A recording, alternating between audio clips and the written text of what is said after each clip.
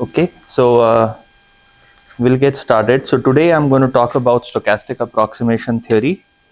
So this is one of the Bibles of stochastic approximation theory. The name of the book is Stochastic Approximation, a Dynamical Systems Viewpoint, authored by Professor Vivek S. Borkar.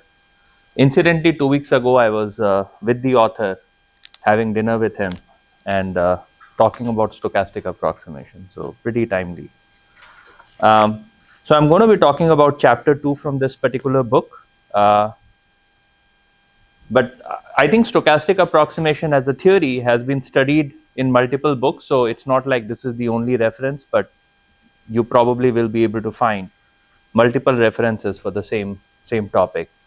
Neurodynamic Programming, another book that I've been using, they also have stochastic approximation theory, like some discussion on stochastic approximation theory. So that's what we'll be talking about. And then we will talk about convergence of Q-learning algorithm. This is also one of your assignment problems. So whatever I'm going to be talking about today directly helps you with one of the questions in your current assignment. Okay, so I wanted to remind you of the Q-learning algorithm.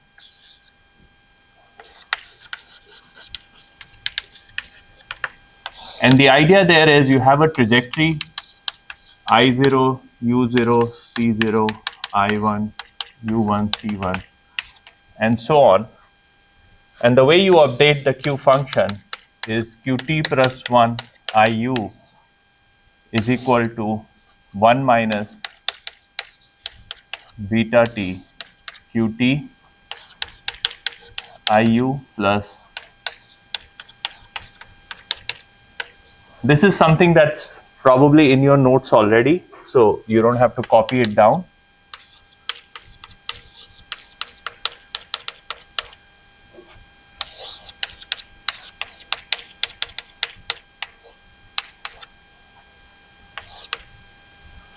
This is for IU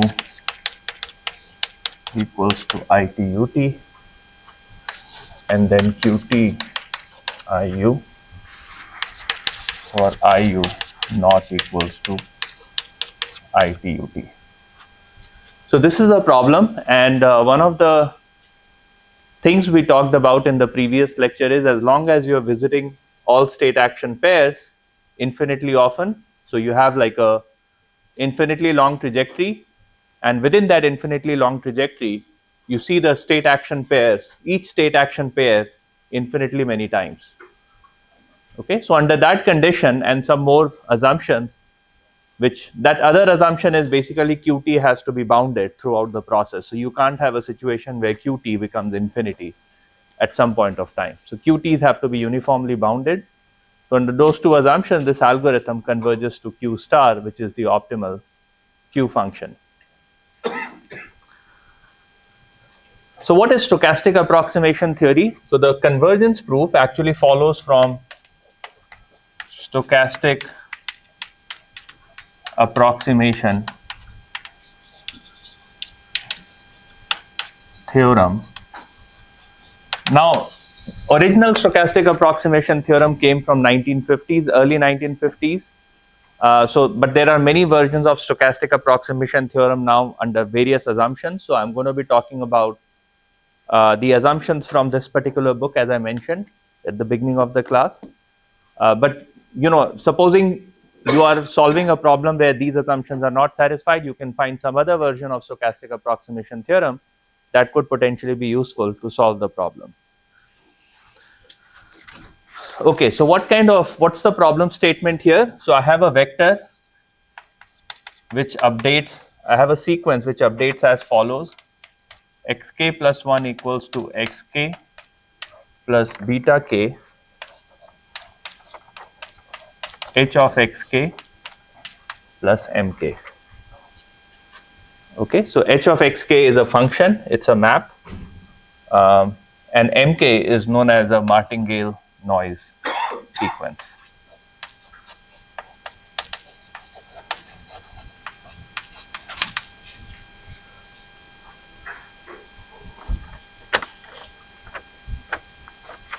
Mk plus 1.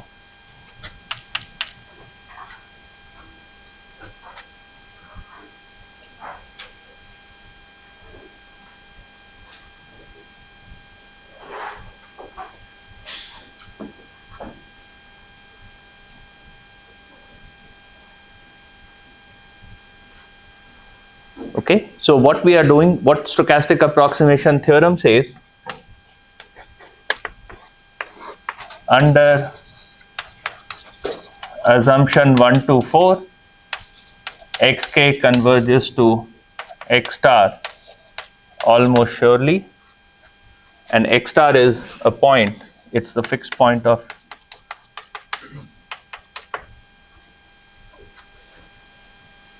oh no, actually h of x star is equal to 0, it should be equal to 0.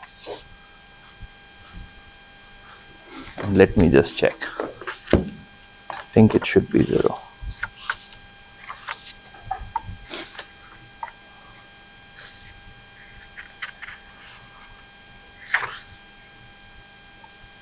Yeah, it should be 0.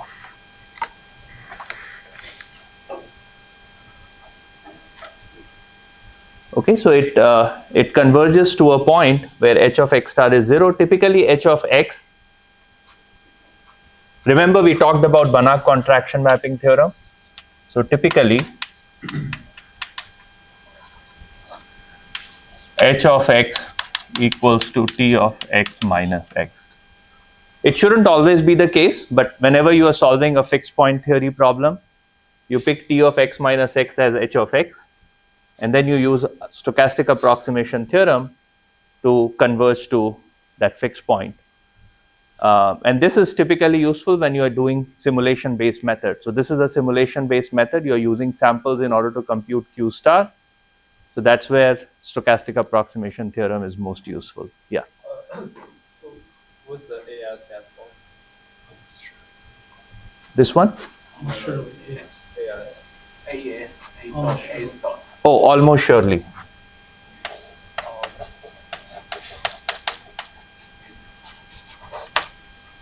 It's the same as with probability 1. With probability 1, but it's a bit more complicated than with probability 1. Okay, so almost surely means, let me just tell you, probability limit k goes to infinity, xk equals to x star is equal to 1. So the set of noise sequences where this doesn't converge has probability 0. Okay.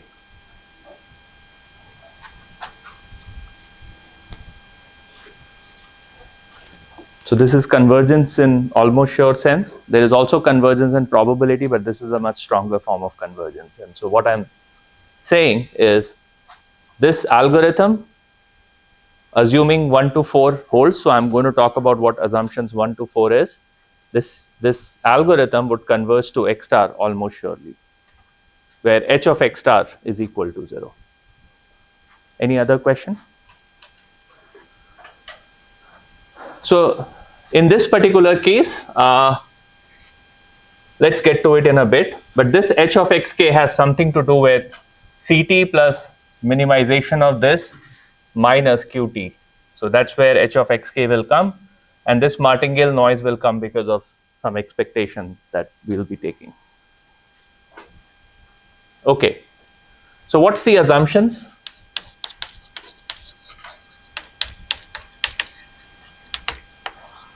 So first is h is Lipschitz.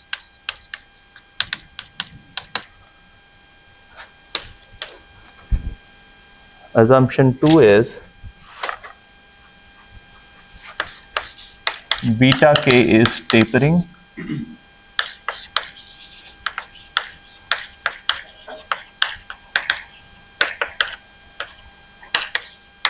What that means is summation of beta k is infinity, summation of beta k square is finite.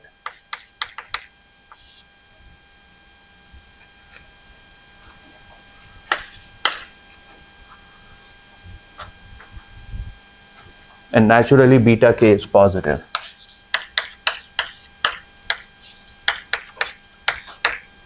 And it's going to 0.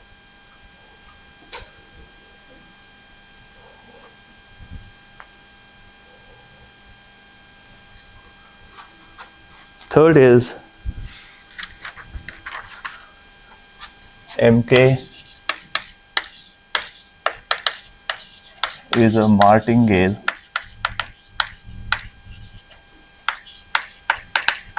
noise difference,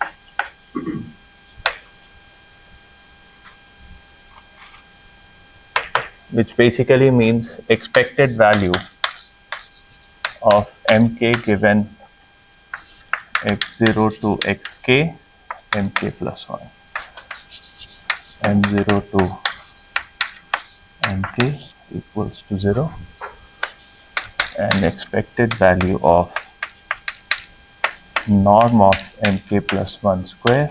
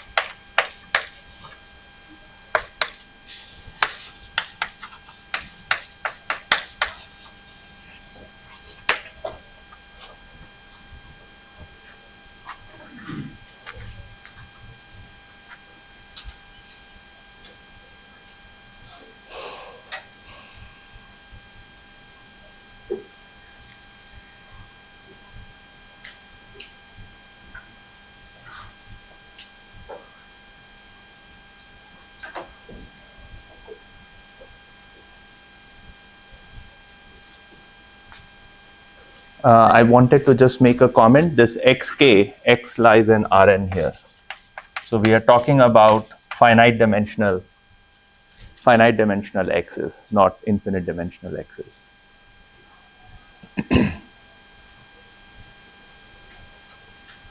Now again, there are stochastic approximation theorem for infinite dimensional x as well, but we are not going to talk about it in the class. Yes. For assumption 1, what is Lipschitz? Okay, what is Lipschitz? It means norm of hx minus hy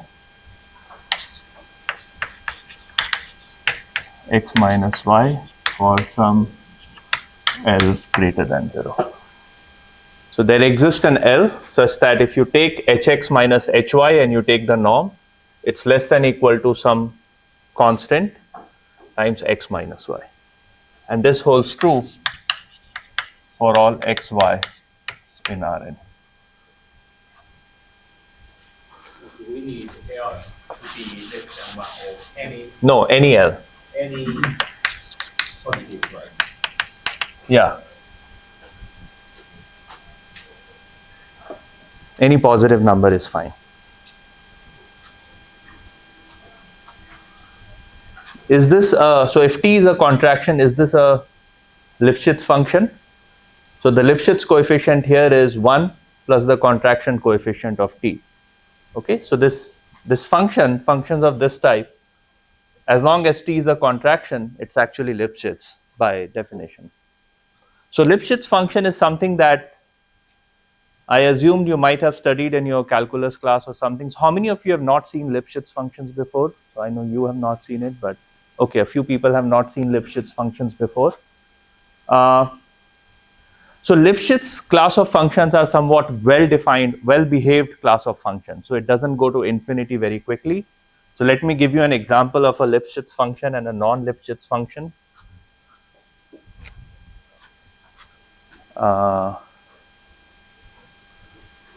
What should I erase?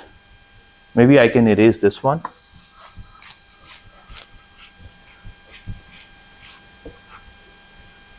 Okay, so let's consider three functions. Let me use h. h1 of x equals to exponential of x. h2 of x equals to x square. h3 of x equals to x cube. And h4 of x equals to absolute value of x. No, h5. I want to put h5 of x equals to log of x. So I have a bunch of functions here.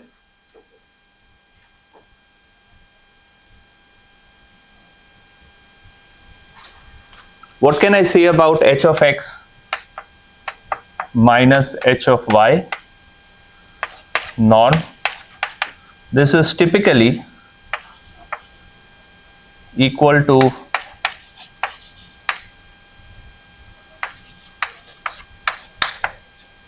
I shouldn't say equal to, but less than equal to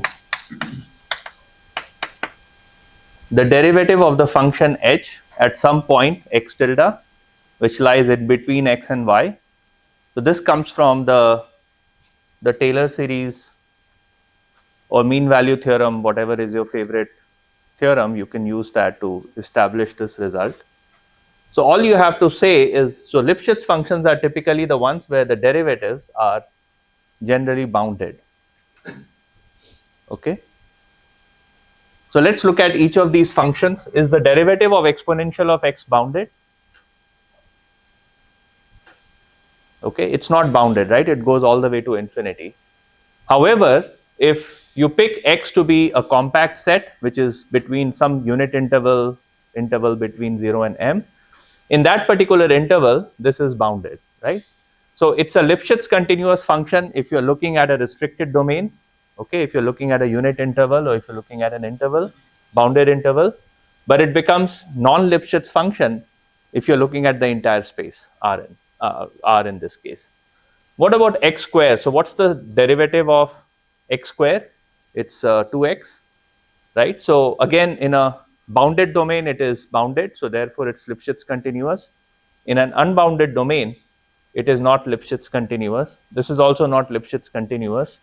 This, on the other hand, is Lipschitz continuous. What's the derivative of absolute value of x? It takes -1 and +1. Those are the only two values it takes, so it's bounded. So therefore, this is a Lipschitz continuous function. What about log of x? Okay, so log of x goes to -infinity, so close to 0, and so the derivative of this is 1 over x. So if you are close to 0, 1 over x goes to infinity, as a result of which it's not Lipschitz continuous if your domain is 0 to infinity, but it is Lipschitz continuous if your domain is 1 to infinity or 0.5 to infinity. So Lipschitz continuous are somewhat well behaved functions. It doesn't grow to infinity very quickly, as is the case in these examples. So this one doesn't grow to infinity very quickly, even at infinity. Even when you let x go to infinity, this doesn't grow to infinity very quickly. But this one, and this one grows to infinity very quickly when x goes to infinity. This one grows to infinity very quickly when x goes to 0. Okay. So we are looking at the set of functions that are Lipschitz continuous, which means we are looking at functions that does not go to infinity very quickly. It goes slowly. It goes to infinity very slowly. Okay. All right. So I want function h to be such that it doesn't grow to infinity very quickly. It grows to infinity somewhat slowly. And the way I'm measuring that is by assuming h is Lipschitz. There are generalization of Lipschitz continuity, such as Holder continuity, but we are not going to talk about it today or in this class. Beta k is tapering step size. So tapering step size is something that I teach in optimization class as well. So those of you who have taken optimization would remember this step size selection rule from there. Typically, the tapering step sizes are of this form.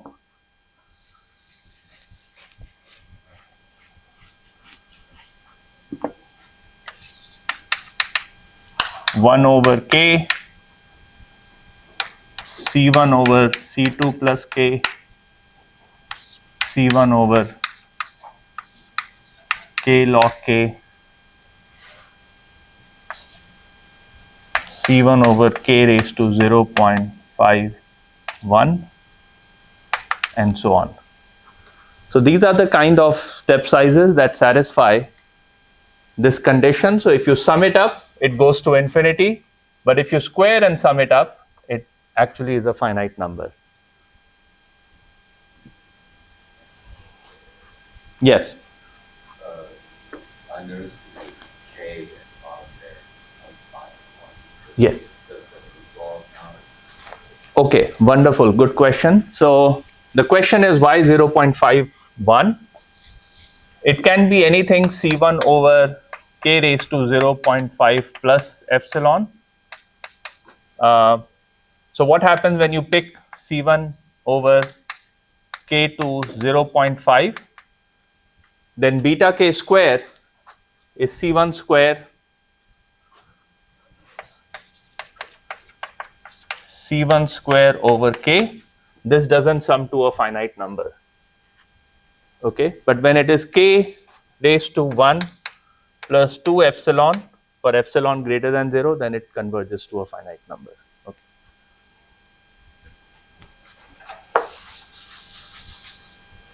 Okay, so these are potential beta k's that you can pick. So that's tapering step size. Mk is a martingale noise difference. Now, again, those of you who have taken probability theory would know what a martingale noise looks like. It satisfies these conditions. So we want the first moment to be equal to 0, conditioned on all the variables, all the random sequences that you have seen so far. And the variance, well, it's, yeah, so the variance of this is bounded by constant times 1 plus xk square.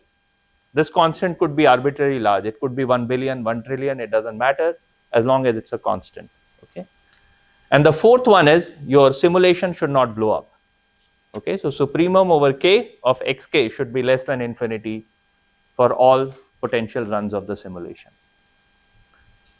So this one is a non-trivial assumption. A lot of people are very unhappy with this assumption, and therefore they keep writing papers about how to get rid of this assumption. And you too can write a paper about how to get rid of this assumption. But making this assumption makes our life easy and makes the proof easier. Okay. I'm not going to cover the proof of this because the proof is fairly technical, and it requires what is known as martingale convergence theorem, which we haven't studied, and it's generally taught in a probability theory class. But I'll tell you the intuition as to what exactly this algorithm is trying to do, and hopefully that will convince you why this algorithm converges. And you did this, by the way, you ran this algorithm in your assignment 1, right? So you have some idea about what we are trying to do if you have done the assignment on your own. If not, then that's a problem. Okay, what should I erase? Can I erase this side of the board? Okay.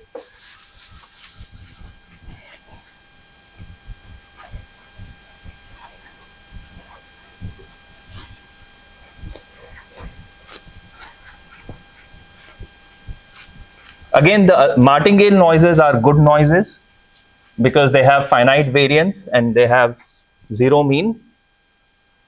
So they what that means is it doesn't grow to infinity too quickly. Okay, it's within a small range most of the time.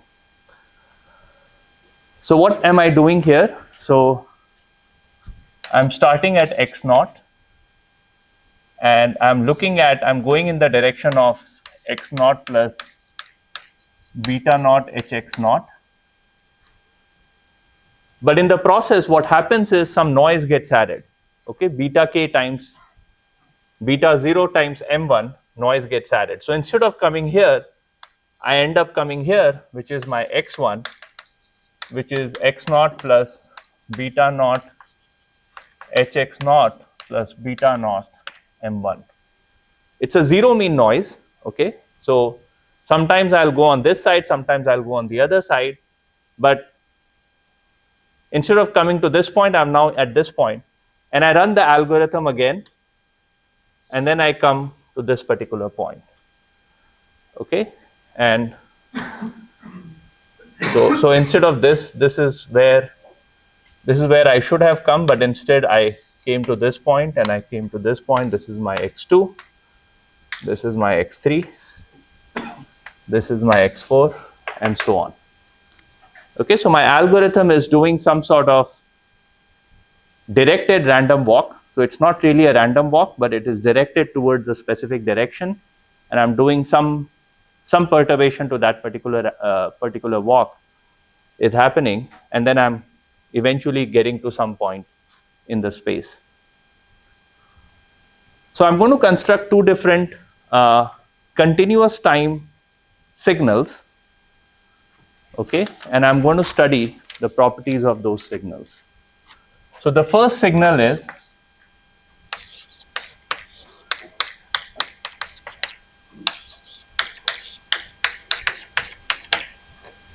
this signal. So I look at the ordinary differential equation where phi dot equals to h of phi. This is the same h, by the way, this h.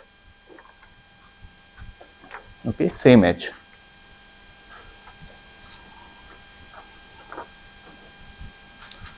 The second sequence, the second signal that I'm going to look at is x bar of t, which is interpolation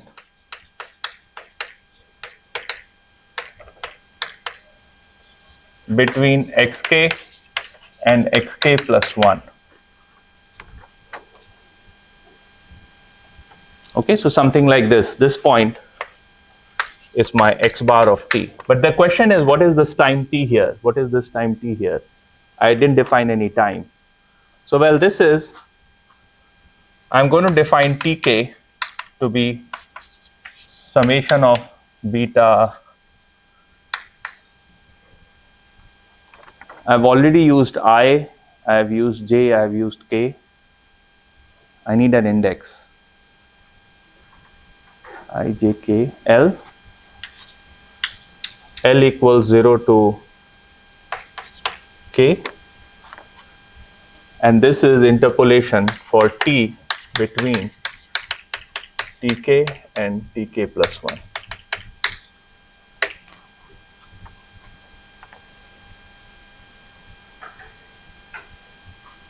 So you can think of this as an algorithm time. Okay, this is not the usual time, not the CPU clock, but the number of steps you have taken within the algorithm, the time you have spent within the algorithm. It's a different kind of time. So how do you define this interpolation? So x bar of t is xk plus t minus tk over tk plus 1 minus tk times xk plus 1 minus xk. I hope I am right. Yeah, this is right.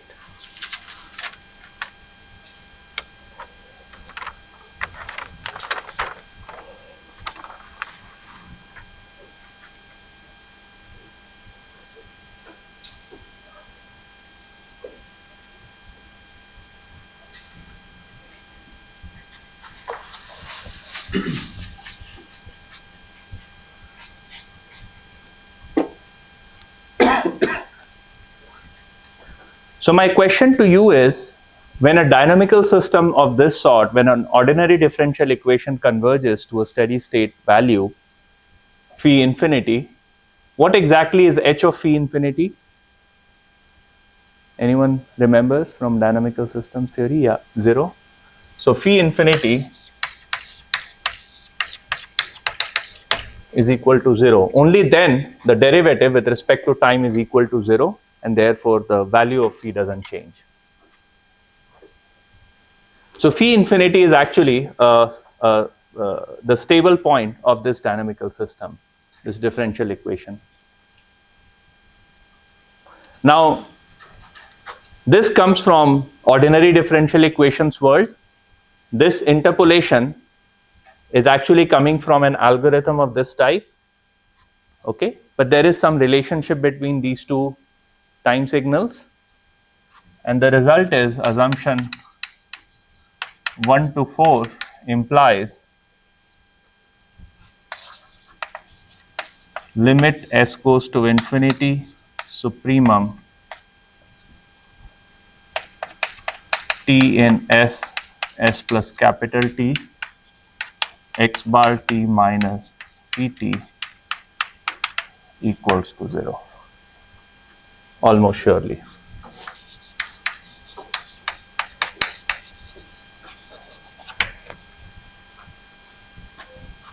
This is the main result. What this is saying is that if you interpolate this sequence coming out of this algorithm, it's going to converge to the dynamical behavior of this particular differential equation eventually. Okay, so as s goes to infinity, if you pick a segment s to s plus capital T, and you look at the difference between the interpolated sequence generated by the algorithm and the output of the differential equation, it'll actually be 0. Yes. So capital T is anything? Anything, just a finite number. Okay. But the small t, but with the small t, but can only be. Small t is between s and s plus t. Okay. So I'm looking at a segment of. So I'm looking at this differential equation. Okay. So I start with phi 0 equals to x0.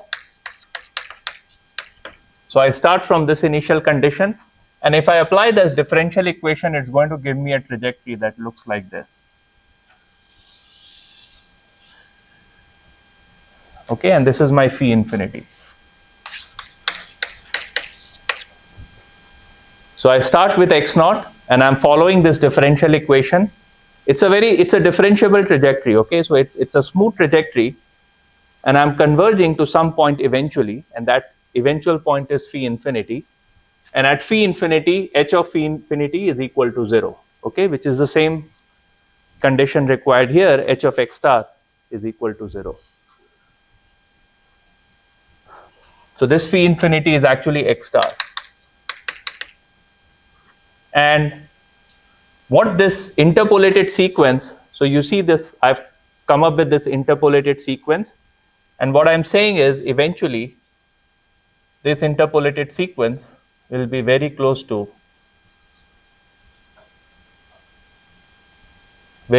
this particular trajectory. Okay, and I'll eventually converge to x star. That's roughly what this theorem is asserting.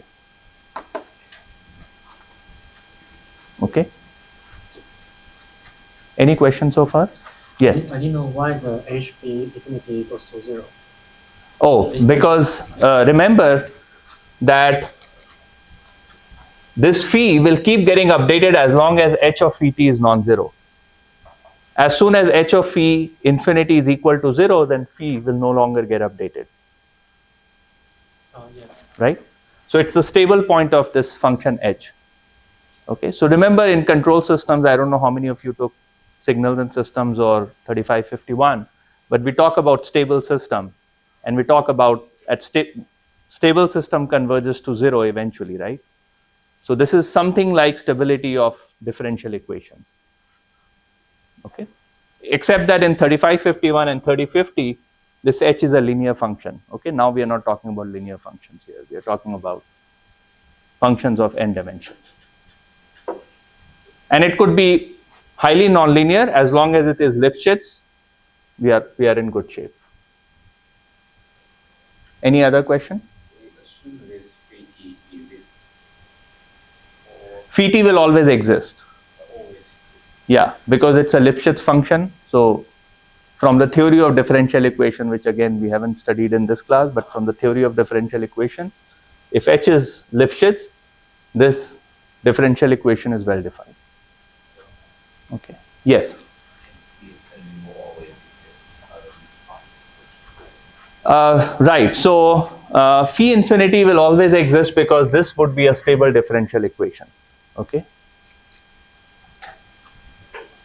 Any other question?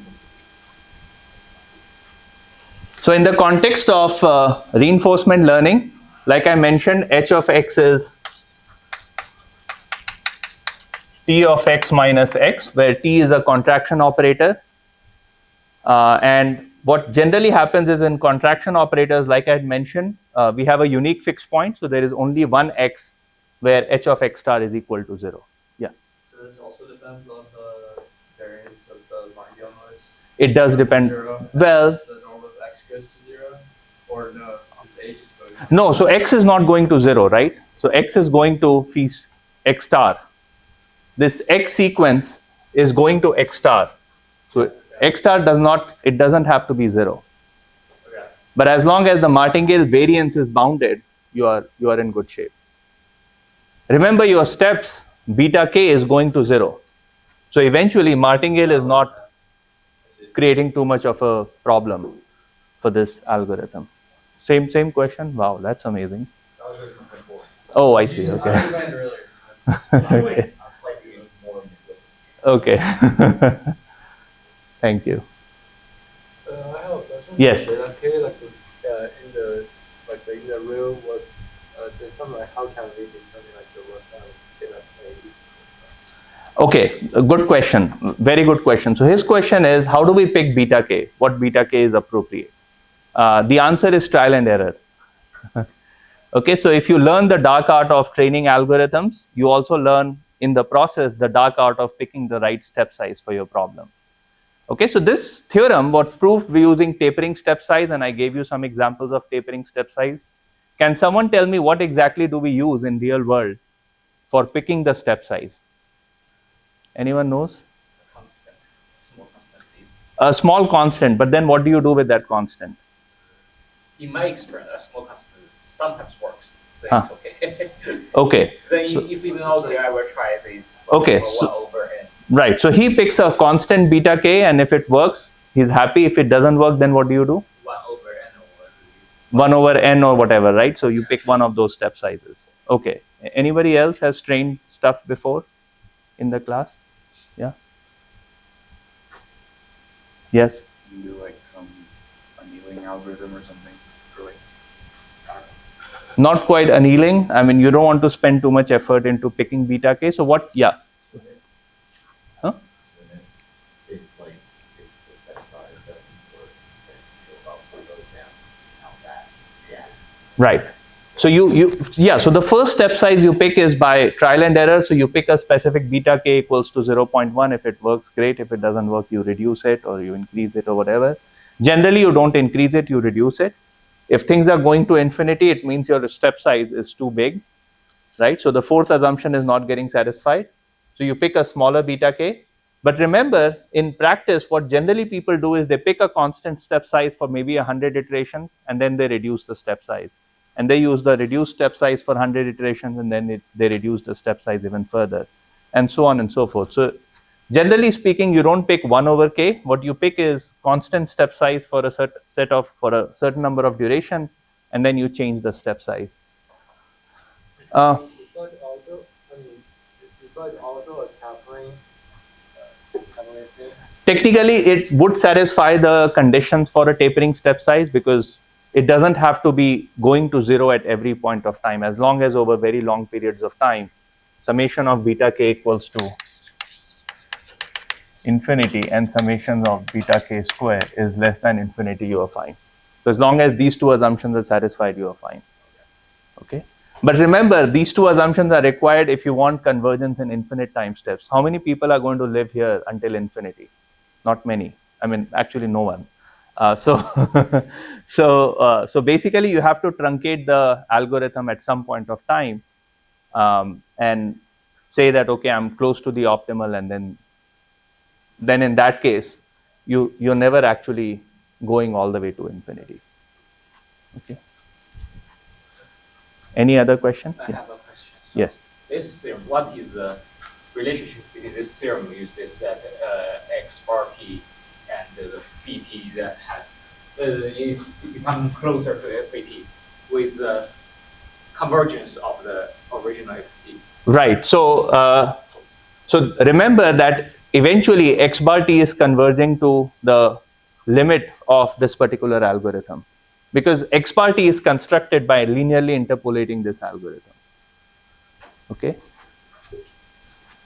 If you look at this example, you start with x0, x1, x2, x3, x4, x5, x6, and I've created this linear interpolation between all these points.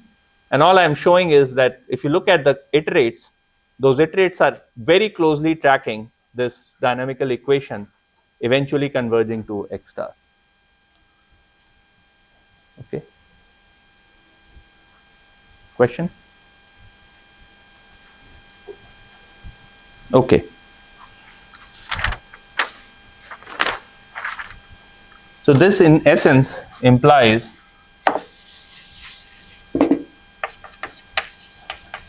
xk converges to x star almost surely.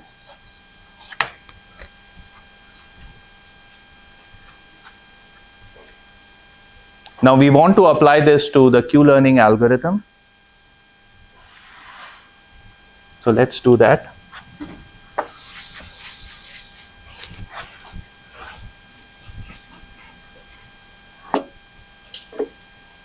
What is my h of xk here? So in my case, I'm updating Q function. So this x is equal to the Q function, and h of Q is given by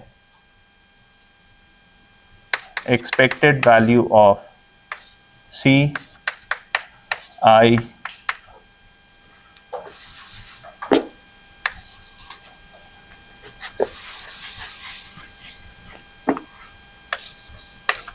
h of Q IU equals to expected value of C IUJ plus, oh, I missed this alpha. Remember, we have to put a discount factor, so please put a alpha before minimum because we are looking at the discounted cost setting.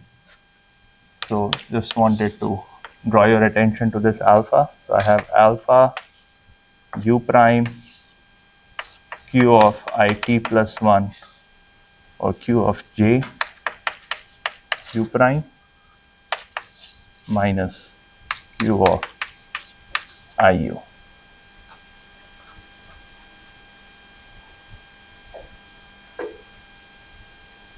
What the Q means? This one? So remember, this stochastic approximation theorem is for any general algorithm. So in the case of Q learning, this x is essentially this Q function. So the HQIU, the Q. So so remember, in the case of Q learning, H is a function that maps R S cross A to R S cross A. Okay, so it's a space of function, it's mapping the space of functions from S cross A to R to S cross A to R. So this is also a Q function, right? And this is also a Q function on this side. So the HQ is the Q. So HQ is the updated Q function evaluated at the state I and action U, and this is the expression that we get. And the martingale difference noise sequence mk plus 1 here would be this expected value minus this simulated value. Okay, that's my mk plus 1.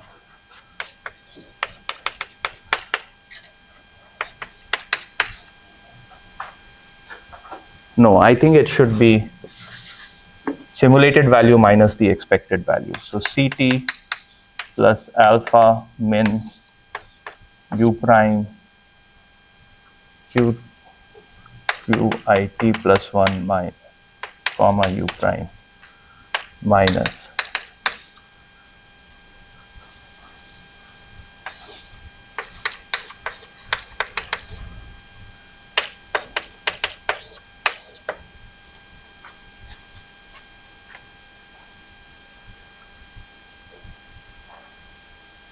okay, so by picking this martingale noise sequence and by picking the h to be given by this expression, so this is a zero mean thing because what I'm picking is a sample minus the expected value, so that's a zero mean.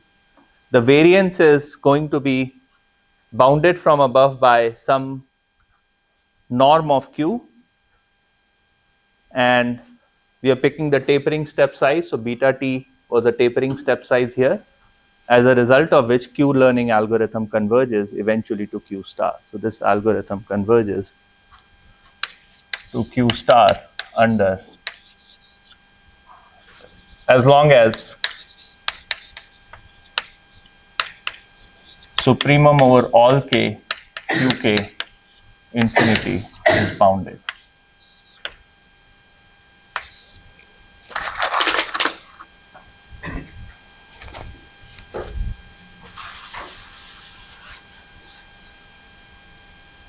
Okay, and we will refer to stochastic approximation several times in the class. Yeah. So the first Q on the bottom should have a T subscript? This should be t plus 1. Okay, Yeah, sorry, qt. Yeah, that's right, qt. And then the expectation also Applies to the same. So t qt actually, t would be the same as k here. So we are looking at a sample at a specific point of time. Yeah. Yes. In the basic function, when we take the alpha minimum of that function, is that a j on the inside? That's a j in the inside. So j is the next state. And I'm taking the expectation with respect to the next state. Any other question? I have a question. Yes. Like from the very early part, like the IU is going to ESI. I don't understand these two conditions. These two conditions? Yeah. So at every point of time, I'm only updating one specific IU pair, whereas other IU pairs remains the same as in the previous time step. So remember, Q is a matrix, right? At every point of time, you're picking one element of that matrix and you're updating it. You're not touching all the other elements of the matrix. Okay? So that's what I'm saying. I'm only touching the IT-UT element of the matrix, whereas other IT-UT elements are, other IU elements are essentially the same. I'm not touching it at all. Any other question? Okay. So hopefully what is clear from today's discussion is if you have a fixed point problem, you can always pick h of x equals to t of x minus x. You can run this stochastic approximation algorithm. Typically, this is useful when you are in a simulation kind of environment. As you can see, you have a sample minus the expected value, that becomes the martingale noise. The expected value itself becomes the operator h or the function h. And you can run this algorithm, and eventually what stochastic approximation theorem says is you converge to q star or x star after infinite number of iterations. And the way the proof goes is, instead of looking at this this operator and the sequence, we are actually going to look at the differential equation and where the differential equation is going to converge. And it turns out that under certain assumptions, the output of the differential equation will be very close to the output of the interpolated sequence. And therefore, wherever the differential equation is going to converge, that's where the interpolated sequence is also going to converge. And we are doing the interpolation ourselves. So as a result of which, if the interpolated sequence, the time sequence is converging to some point, then of course the iteration itself will converge to that particular point. So roughly that's the crux of the argument, and that proves the stochastic approximation theorem. And now, of course, what people are interested in today's world, and many people from OSU as well as from other universities have contributed to it, many PhD students, is the finite time guarantees for this stochastic approximation theorem. Okay, so what happens, what kind of step sizes I should pick, so that if I truncate this algorithm at time capital T, how close are we to the optimal solution, which is x star in this case. Okay, so a lot of people, so we have Professor Yingmin Liang, and many of her students have graduated with PhD thesis studying finite time analysis of stochastic approximation theorems. Okay, so it's a very hot area at this point of time. Any other question? No? Then I'll talk about another algorithm, which is SARSA. It's an on-policy algorithm. Another note here, quick note here. If you recall, Q-learning is an off-policy algorithm. So I've generated this data under some policy. Okay, I don't. That policy is a historical policy, so I've generated the data from historical policy, and based on that, I'm running this algorithm, and I'm trying to converge to the optimal solution. The policy is not being changed while the learning is happening. Therefore, it's an off-policy algorithm or an offline algorithm because you're not influencing the policy that's generating the data. The next algorithm, SARSA, actually influences the policy while you are collecting the data. Okay, so that's why it's a non-policy algorithm. So I'm going to erase this. I'm going to erase that side of the board, and I'm going to introduce SARSA. These are, by the way, classical algorithms from 1980s and 90s. The convergence analysis was also done in those days. So we'll get to the modern algorithms in a bit. So let's talk about.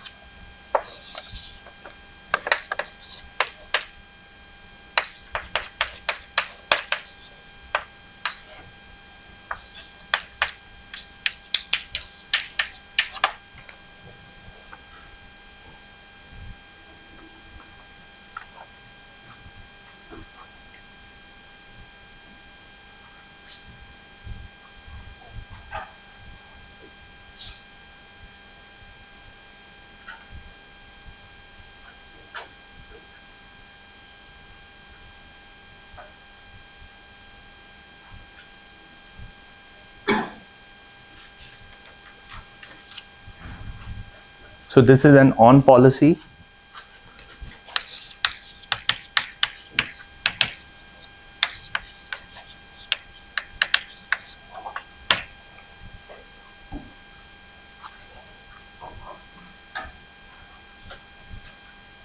AT is positive.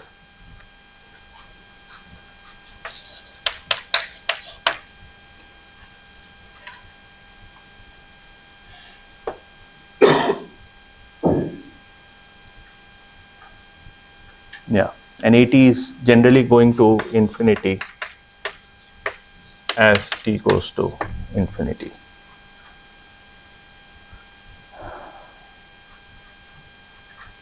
So let's think about what is this algorithm trying to do. So I'm standing at time t. I'm visiting the state it. I'm taking an action ut. I've generated the next state it plus 1. I've generated the cost that I've incurred, which is ct. I'm going to play ut plus 1 according to this particular policy, which is given by this expression. So what am I doing? I'm looking at all the values of qt's that I've accumulated so far. I'm multiplying it by a positive number with a negative sign. multiplying it by exponential, making it a probability distribution. So this is the probability of picking action U at state I. So at every point of time, I'm looking at the QT, I'm updating the policy, and I'm generating UT plus 1 from that particular policy. Then I will transition to QT plus 1. Then I'll change the policy again according to this particular expression. Then I'll generate the next action, and then I'll generate the next Q function. So you basically go from this update to the policy update, and the policy update to the action update here. And as AT goes to infinity, you will start putting more weight on the action that has the minimum Q value and less weight on the action that has a higher Q value. Okay, so let me give you an example.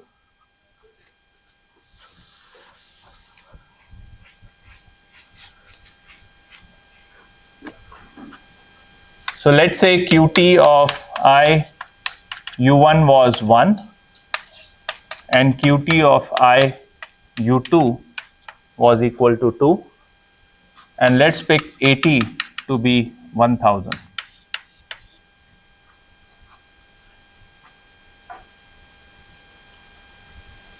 Okay, this is, some people call it temperature or whatever, you know, I don't care about the name, I care about the math. So in math, this AT has to go to infinity.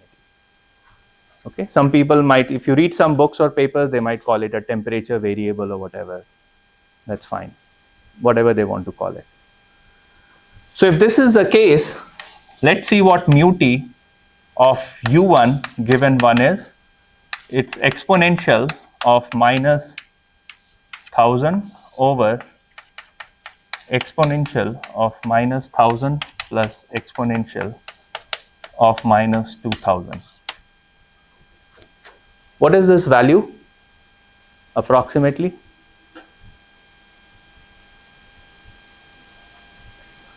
Sorry? Nearly 1.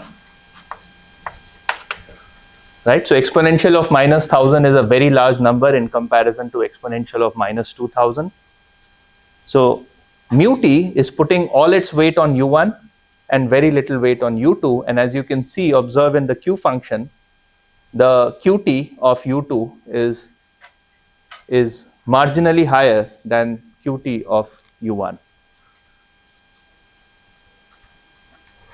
So this Qt, this SARSA also converges to Q star eventually. Although I haven't been able to find a very good reference for the convergence analysis, I would assume that it has something to do with stochastic approximation theorem.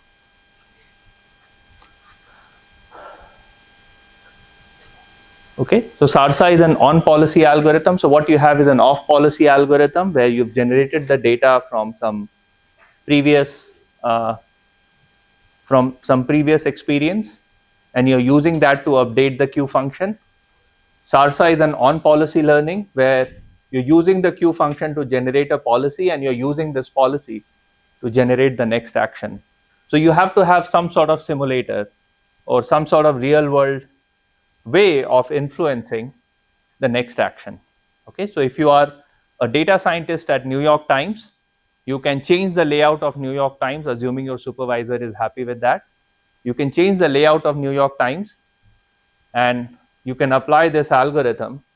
So every time a user visits the website, you can update the layout based on this policy, and then you can see whether the user spent 5 minutes on New York Times or 500 minutes on New York Times. And if he spent 500 minutes, he or she spent 500 minutes on New York Times, your cost is very low. And if the user spent only 5 minutes on New York Times, then your cost is very high. Okay, because generally speaking, most of these platforms wants to keep user on their platform. So that's how you keep updating your policy. Yeah. But I thought that cost CT only depended on the previous UT, not UT+1. Yeah, it doesn't depend on UT plus 1, but so whatever is the cost generated by the user IT and UT. After that, you will update the policy for the next user who comes on the website based on the layout. So current layout is UT that gave you a cost, and then based on the current cost, you will update the queue function, and then you will generate the next layout for the next user who comes on the platform, or the same user if that user comes back again on the platform. Okay. Yeah. So, why you choose AEP such that the probability of choosing some less preferred queue is quite close to one? Is that because you want to explore some unexplored actions? That's right. You might want to explore. So let's say this was, instead of 1 and 2, this was 1.001. Right? So the two queue functions are not too different. So then you want to be able to explore this particular action as well, and then hopefully over time you will have more confidence as to which action is better than the other. The following question is this like a common feature for like on-policy learning that you finally want to explore something? Are you talking about Kalman filter? No, I mean common feature. Oh, common feature, yeah. Like on-policy learning. That's right. It's typically a common feature for on-policy learning. So we'll talk a lot about on-policy learning when we talk about multi-arm bandit. So this is just one way of generating a policy which sort of visits all the different actions. But there are many other ways to come up with better policies that visits other actions. So SARSA, by the way, if I'm not mistaken, it is from early 1990s. Okay, so it's not a new algorithm. It's a fairly old algorithm. Any other question? Okay.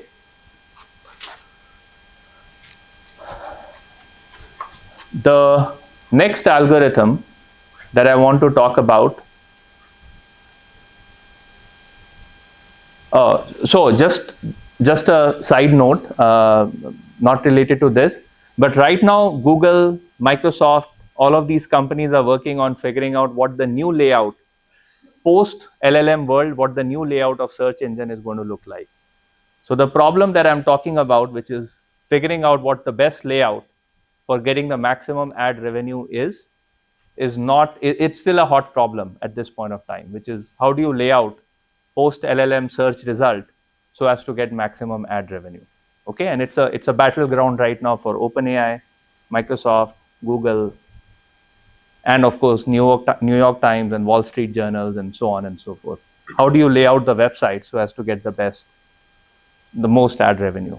It's a hot problem right now, but in industry, not in academia.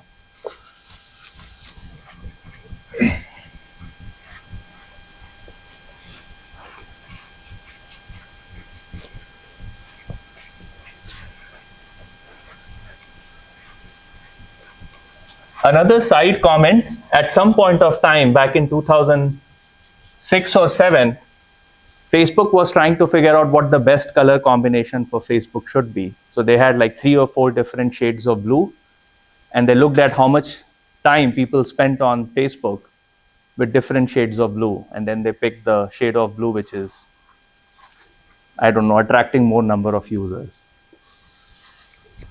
This is all second-hand information, so I don't know how much of it is fiction and how much of it is reality, but it's interesting to think about how people have used these reinforcement learning algorithms to figure out the best layout, the best color combination, the best, I don't know, stuff to show to the users and keep them on the platform. The next topic I want to talk about is empirical dynamic programming.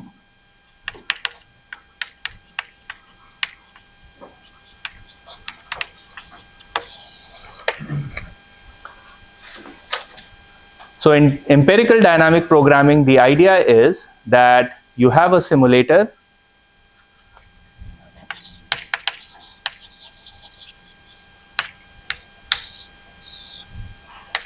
and to this simulator you can give as input a state action pair, and it outputs n samples of the next state and also the corresponding cost.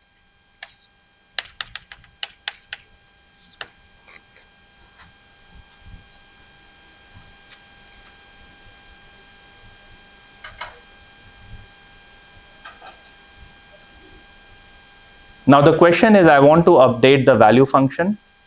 So how do I update the value function? So my V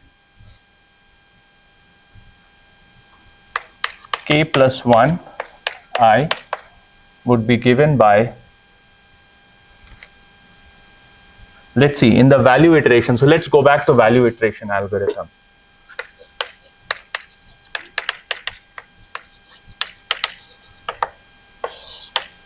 My vk plus 1 of I is given by summation piju ci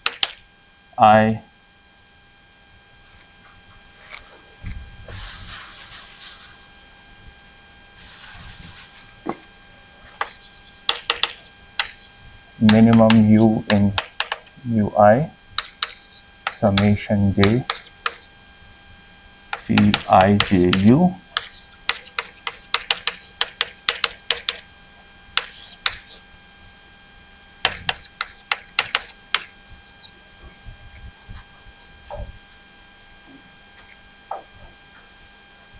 So this is the original value iteration algorithm. I think this comes from lecture 4 maybe, lecture 4 or lecture 5. This is the value iteration algorithm that we talked about. Now I don't have this transition kernel. Okay, I don't have the transition kernel. I don't have the cost function with me.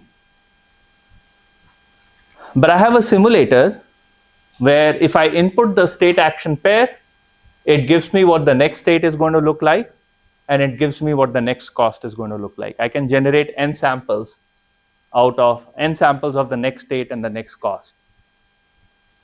Okay, so think about traffic. Okay, so you don't have a model for the traffic. You don't know how the traffic moves because there are so many interactions. But if you look at the state, which is look at the queue length of the vehicles at a traffic intersection, you have a simulator, and there are many such simulators, traffic simulators, that can generate what the queue length is going to be and what the cost, what the average time people are waiting on the traffic intersection, what that looks like for every state action pair. So action here would be the amount of time you are keeping the light red versus green, and the state would be the queue length of the vehicles at the intersection. Okay, so that's the idea. So what would you do? I don't have the model, I don't have the cost function, but I have a simulator. What would you do to run the value iteration algorithm? Any thoughts? I try like I use many times and see like if the outcome and the like approximation. Right. So essentially this part we would like to simulate. We would like to estimate this expected value through simulation.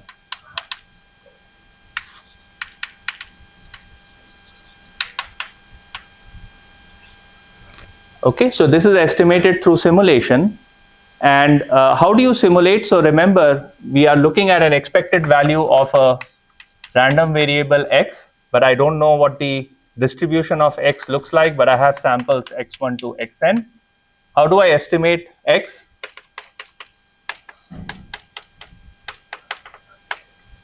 Right, this is the way to estimate. Okay, maybe this is not equal, but this is approximately equal.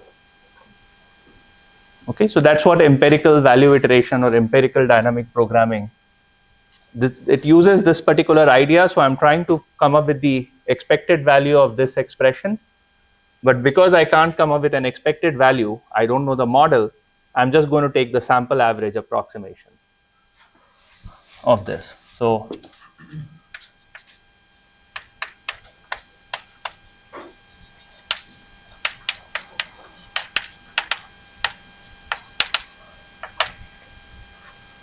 I have vk plus 1 of I is defined as minimum over u in ui, and then summation L equals 1 to n, and I'm going to divide it by n, CL plus alpha Vk JL.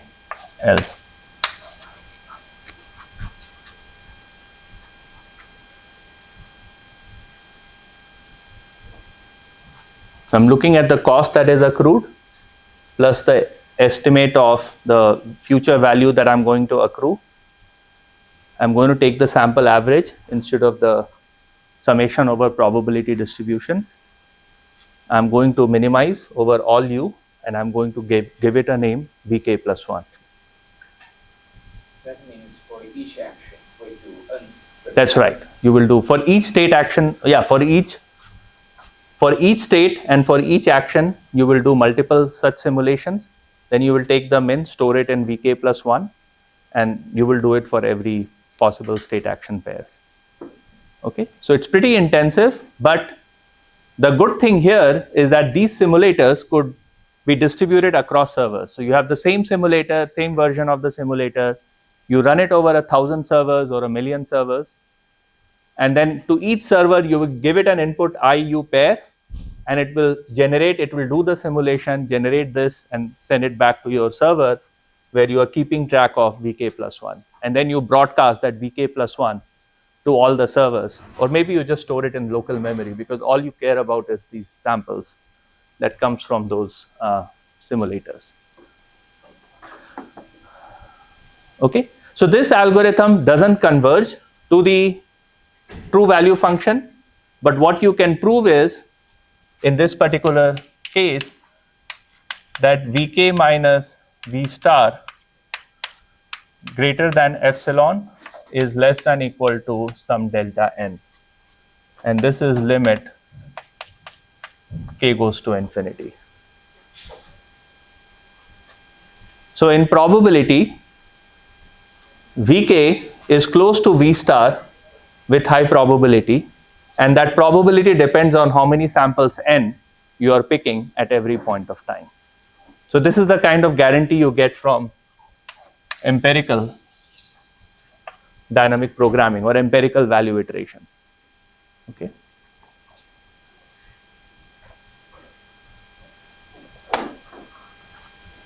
Any questions so far? For the sample average, until complete, like you get a mean over u, but the expression does not have. So these samples are generated from IU pair. So you give it an action u, you give the state I. So this state I, this action u, you generate this sequence, and then you take minimum over all possible u's. So you. So like u is like a. So maybe I'll write it as, or maybe IU.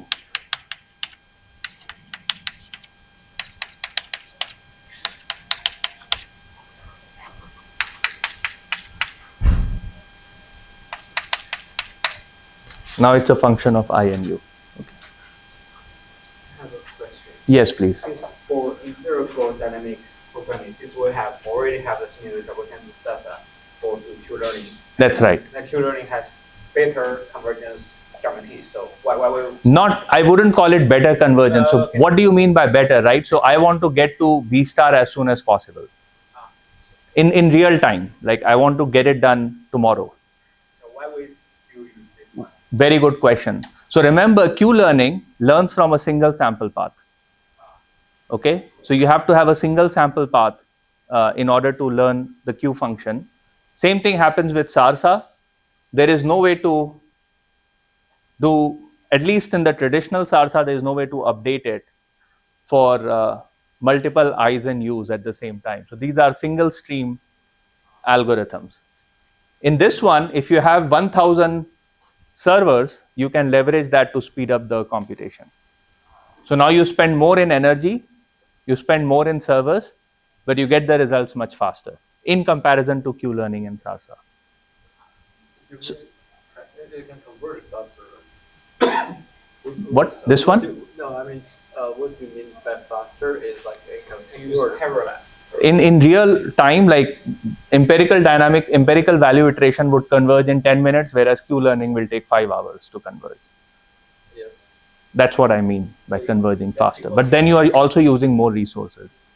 But also your simulator has to be really good too, right? Yeah, so for physics-based situations, you already have very good simulators already. Like, for instance, traffic simulation. So there are very good traffic simulators available out there. So you don't want to sit down and do traffic modeling. Like there are papers that do traffic modeling as well, like depending on the red and green light, what the queue length, expected queue length is going to be. But those are fairly complicated and technical papers, and you don't quite get the optimal solution from those papers. You just figure out under this policy, this is the expected queue length, or this is an upper bound on the expected queue length.